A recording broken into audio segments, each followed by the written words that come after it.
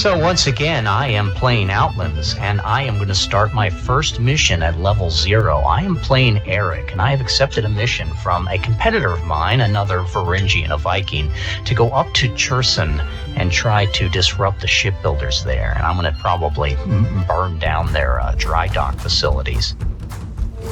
As I looked on my crew, I am reminded that one of my older siblings is missing a front tooth. He teased and called me Erica, trying to shame me. I was 5, he was 7. That's when I learned how to throw a punch, a magically backed one. In a few loveless years, I would silence the jeers, knock down all 9 of my kinsmen, all older than me. I think my father, Halfdan, knew he had to send me away to the south, the civilized Greeks. On them vent my simmering superno anger. I am Eric, a Varangian of the north, taking my father's ship to Constantinople.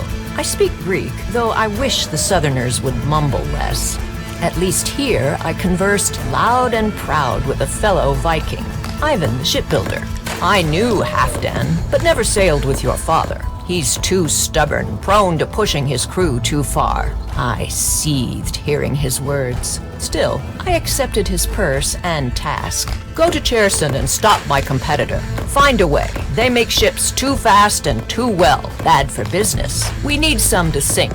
Good for business. I needed work. A paid crew is happier. I would sail for the peninsula of Taurus. I nearly went there on my travels along the rivers from the Baltic. Instead, I am here with Ivan, taking his money and planning arson.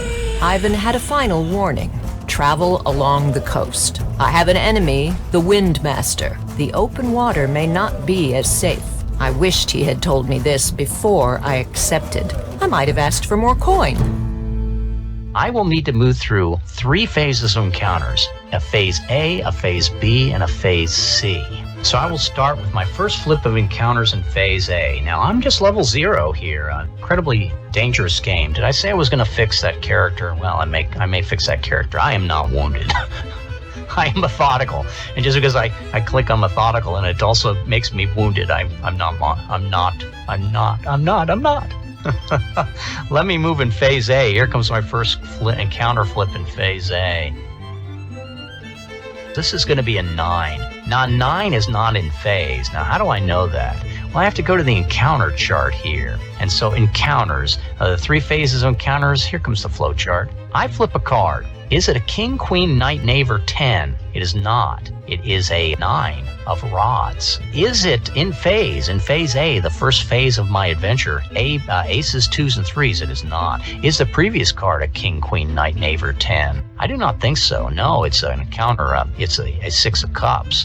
I will subtract high card from the low card. It's going to be a 9 minus the 6 is an encounter number 3 and a cup rod. So what does that represent? I go over to here, my encounter chart, and I'm moving along the seacoast, and I will use a cup and a rod, a discovery, and it's going to be an encounter number 3. I've encountered some ancient ruins. Among the trees of the shoreline, there was a bald mound. My father's warriors, first optio and pledged as my soldiers now, welcomed a chance to offload and exercise the horses. The second cohort of crew, who would labor to make this happen, was less interested in sightseeing. With some heavy sighs between grunts, the animals were heaved in harness and set ashore. Antiquity. The meaning became clear. Only the foundation stones could be seen. The site seemed vast, and yet there were no peasants. No one worked this land. There was little to commemorate the men who once lived here. Was it disease, war, famine, or the gods that left the land and graves unkept? Escapes one mighty Mercian, sole survivor of the grandsires, rages now this red beard. Genius loci. I heard a call. I turned, but no one. There was no speaker. Still a whispering voice nagged. My thoughts? I was the lord here. This was my domain. The majesty of my city made me smile. All the people who could fit within the walls. All cheering. All gone. A warning seemed unheeded as I entered the ringed remains of a center keep. Now I can go into my encounters book here and I can look up some of the specifics that I would have to deal with.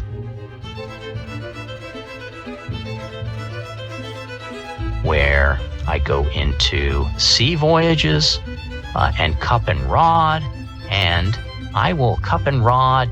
Is it a landmark? Is it ancient ruins? The players have entered an area of stone piles, the remains of a town, a pagan temple, lost civilization.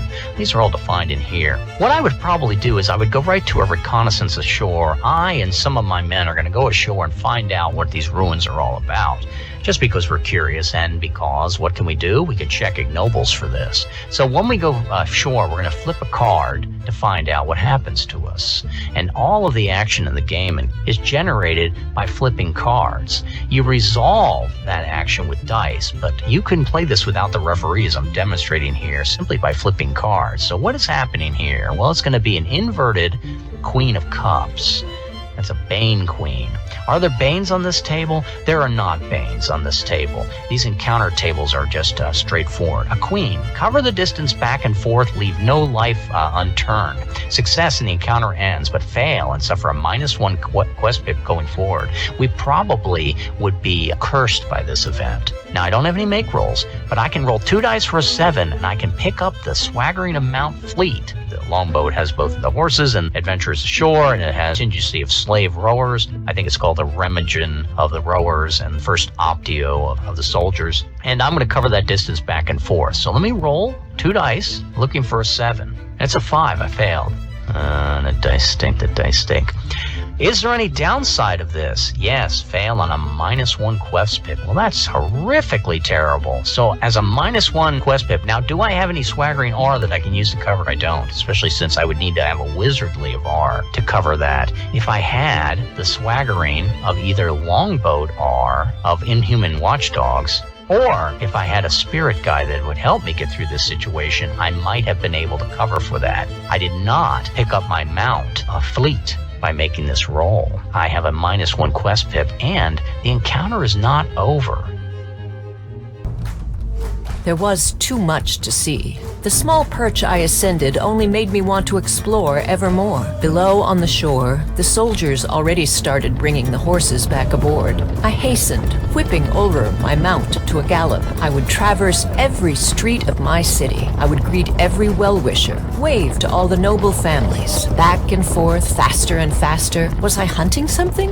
Ullr balked, nearly tossing me. Except I enjoyed that sensation and had practiced the quick stop too often to lose my balance. In a depression grew some shrubs. Water had collected at a low point. I should get the city engineer to fix this road. The markings denoted a 7-way crossroad. I dismounted and smoothed Ullr's mane. Crouching, I wiped debris from a marble emblem. The carving seemed obliterated, not by time, but chiseled. As I stepped upon the flagstone, it shifted and revealed stairs. That was too convenient. A smell, stagnant from a warm hollow of a welcoming chamber below. A whisper beckoned me to enter.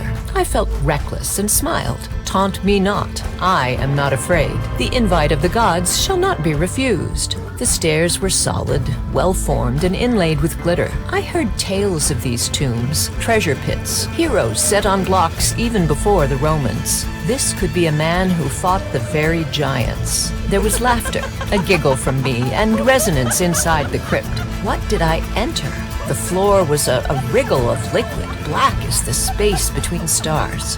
Strong men pulled me by shoulder. My first optio had hunted and found my horse Ullr, and then me. I was half sunk in a pitfall, a broken collapse. One arm caught and dangling below, barely my chest exposed to sunlight. The fissure squeezed.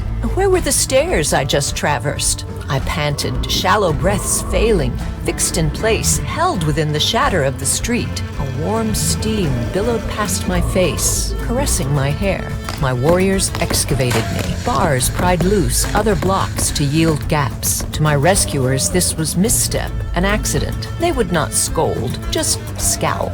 I was the Lord. They were to serve, and do so by not letting me throw away my life in some delver's game. I was freed and thanked them. They were relieved. My father's men were not to fail as my protectors. I felt different. I was impudent and should not have entered. An illusion, maybe. I so vividly thought I was striding an ornate stair. cover the distance back and forth. Success in the encounter ends. I need another card here. So I have suffered some sort of curse that has caused a quest pip. I should not have violated the ruins on the shoreline here. And this could result in combat too as we go in the world card. Look and see what the world card would. Now under encounters, the different majors, I think, are all listed right under here. So we got a sea, along the sea, a world card, and it's inverted, so it is a Bane. That Bane world card means that the crew is overworked, underpaid, and underappreciated, at least so they feel. All difficulties which have advantages of longboat techniques are now increased by 2. I ordered the men to hold anchor. We would stay longer, maybe the night. The shoals were too coarse to row in the dark. I used the excuse to sneak, tried to find those stairs again. Impossible without a torch. I returned and pretended I was simply awoken by mischief, the rustle of others. I never slept well regardless. I found the third remages of longboat rowers huddled, shivering, moaning, complaining about the sweltering heat, even as the air was chill. I dismissed their grumbles outright. Dawn would soon arrive, vibrant across the eastern sea. I pointed there, seeing a fire on the water, too early for sunrise. I pointed determinedly, and no one saw what I did. Maybe the moon, some conceded. There was no moon. My observances only led the rowers to further protest. Let us return to the northern seas, where the zephyrs are scented and maidens enter our dreams. I berated them, called them children. The north is fully plundered. All the riches are here in the south, along the Black Sea. The presence I sense in the crypt laughed. Now, how long does that last? That we're going to be +2 difficulty for longboat? It probably will last till the end of the phase, and I'm also a -1 quest pip. For those who know freestyle play, you're cringing with me. I'm cringing here. I don't want to have to deal with this. That still does not get us out of the encounter here, so let's see what we got. Here comes another card. Traveling among the ruins. Cursed by monsters or voices from the past. It's a 2. Now, if I go over to my encounters here again, I was dealing with this ancient ruins, and I got a 2. Now, a 2 says, on my reconnaissance, delay to profit and later catch up. Fail and continue your survival on digression R, rode home alone. Mount winged on an 8. I do not want to go to digression tables this early into my adventures, but, it is interesting. Here comes my 2 dice for an 8 to pick up Mount Winged. 2 dice.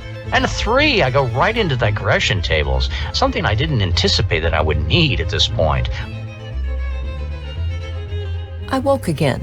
The night remained. How many hours of darkness must I endure? I could not sleep. I grew bored. I walked away from the snores of my soldiers and crew. A few rowers had still yet to slumber, rocking back and forth on haunches, staring out at the barely moving waters. You are summoned. You are summoned. You are summoned.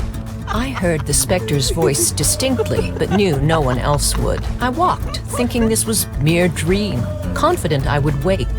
I found the crypt, empty, looted a millennium before. If I could but find an electrum, a bronze image, I needed that vindication. Many before me had left marks, initials, graffiti on the walls and floor. All was only a cellar, adorned with paint, nothing to show for any acclaim. There again was the flagstone, the stair, and the chamber, but now dry and without a street collapse. Strange. I tried to will myself awake, but instead saw the morning sun. I mounted Ullr and rode. I started toward Cherson, toward home in the north, but felt puzzled. Where was the boat? Did the rowers desert with my boat? My father's boat? Wait, what direction was I facing? Was this sunrise or set? The sun would not dare move as I watched, except to dip slightly more below the horizon. I felt a sudden conceit that I was facing west. I had walked in darkness on one street, only to arrive on the far distant coast across that sea later that day. I am separated from the group. I did not pick up Winged Mount, my dragon mount. My horse that slowly is turning into a dragon mount did not spawn its wings yet. That's 2 rolls. 2 rolls I should have made and missed them both. Useful tables here. I can go digression. Digression R, the road home alone. So let me roll on that. Rode home alone. Character is clever or methodical. I am methodical. I am not both clever and methodical. With digression tables, you do not get any ignobles from this. It's sort of like a roll and see how bad it gets. A 6. Arrive at a friendly city-state. So I have moved away from that ruins that I was lost at and arrive at Varna, but I still am in Phase A. Gordon Lightfoot race among the ruins. There'll be a reckoning one day about that.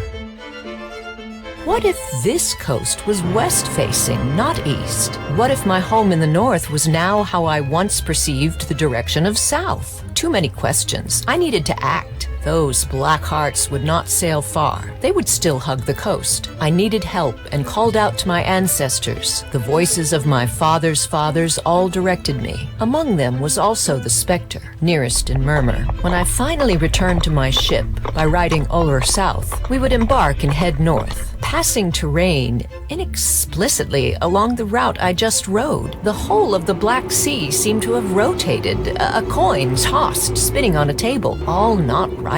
My crew sang songs, confident. Money chased Sol overhead in chariots fair and beautiful, arcing east to west, showing our course was true. Indeed, northward toward Cherson. That is ended. They walk among the ruins. God, hopefully I never go back into those digressions on those tables. I don't check an ignoble because of the digressions, but I can take an adventure tales, a bard's tale perhaps, for walking among the ruins. And here we have the next encounter for the phase. I got a queen. Now a queen is going to be, if I go into my encounters here, my encounter flowchart, flip a card. Is it a king, queen, knight, knave, or 10? It is a queen, and that means it's going to be a mission consequence card. There are mission inconsequence cards and mission consequence cards. The mission consequence cards are signaling that because you're on this specific mission, and those would be Ace 2, 3 in Phase A, etc., you are going to have something happen because of the mission. Now, mission inconsequence cards are not inconsequential to your mission, but the mission itself is inconsequential to the event that's being generated. Queen is an agent or messages from my patron, so of course this is related to my mission. I am contacted by Ivan, and he says there is a figure that knows about this mission that's going to cause me trouble. That's not really good, but he gives me some help because of that. I'm going to pick up another longboat swaggering. Now he's going to give me another longboat swaggering. He's going to send me inhuman watchdogs are. He's going to send either some dogs that have enchantments, or he's going to send me a different type of non-human, a Genelin or Neshai, even goblins, but I would prefer not to have goblins aboard for obvious reason. My sword shifted, so I pulled the blade. In the shimmer of the steel, I could see Ivan, my patron. Strange magic. Be nice to learn. The image switched to the scene of a rivulet. I directed the helmsman to move closer to the shore. Look for a creek mouth among the brush. I held the blade to my ear and heard the djinn inside speak. Ivan sent you a gift. We Varangian know that our steel becomes enchanted, the home of a djinn, one way or another. All my brothers had magical arms. Mine was just late to magnificently bloom. Though I had rarely heard the tinny voice of my djinn, I found it here both comforting and familiar. We arrived at the river inlet, and there, as promised, was Ivan's agent. A gang of servant slaves were allowed aboard. Some of the crew had seen these non-humans on their own travels. All were strangely new to me. The Genelin had wide eyes and feathers, an oversized owl's head attached to a human torso. They seemed mute, but understood our commands well enough. Among the arrivals were also a few stoic Deshai, content to labor hard and not complain. The bare-headed men were white-faced and polar. Some of the first Optio of warriors had fought both as allies and enemies of the race. Deshai could speak, but harshly and uncomfortably. I did not want to antagonize any of them by asking anyone to repeat words. We would grunt at each other, and that would suffice. 2 groups of servants to aid my effort. These were outsiders, but should be allied. I was to free them, the survivors, as their reward. Fair enough. The gift had one more part. There were 3 sacks that wriggled with occupants.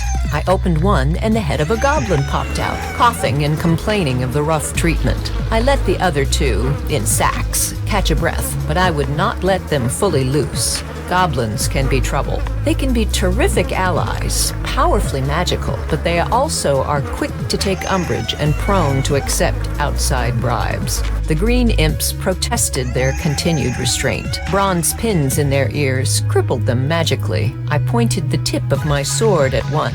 Ófóti, it said as it leaned away. Oh, I guess it just gave my weapon a name. Or it knew the djinn who made his home there. I debated just drowning them, but instead sent them back with Ivan's agent. There's too much danger enslaving that ilk. And that's going to probably be, I looked down the list here. That's probably desires fulfill. I'm going to profit by the fact that he's helping me out here. That ends that encounter. I'm still in phase A, and here comes my next card flip. Not dead yet.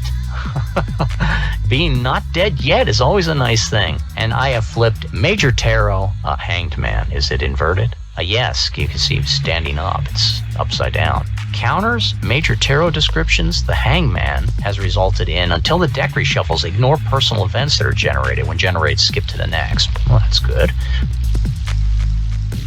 I would spend the next few weeks dedicating myself to eyeing my crew, my father's crew, as it was his longboat. The first Optio, the warriors, were loyal to him and more guardian than companion. The second cohorts, the sailors, were too busy to form bonds and did not care to adventure far from their home on the vessel deck.